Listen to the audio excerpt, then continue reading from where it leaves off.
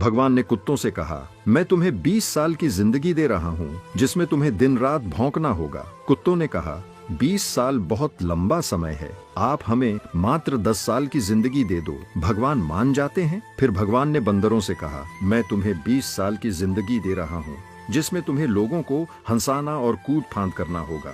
तो बंदरों ने भी कहा, 20 साल बहुत ज्यादा है, आप हमारी उम्र भी कुत्तों की तरह 10 साल ही कर दीजिए। भगवान फिर से मान जाते हैं। फिर भगवान ने गाय से कहा, मैं तुम्हें 60 वर्षों का जीवन देता हूँ जिसमें तुम्हें किसानों की मदद करनी है और खेती बाड़ी करनी है। इस पर गाय ने कहा, हे भगवान, 60 साल बहुत अधिक हैं, कृपया मुझे केवल 20 वर्षों का जीवन प्रदान करें।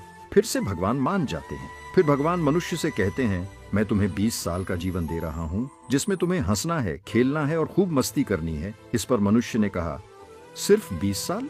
आप ऐसा कीजिए, मेरे 20 साल के साथ कुत्ते के बचे हुए 10 साल, बंदर के 10 साल और गाय के छोड़े हुए 40 साल भी मुझे दे दीजिए। भगवान मान जाते हैं और कहते हैं, जैसी तुम्हारी मर्जी।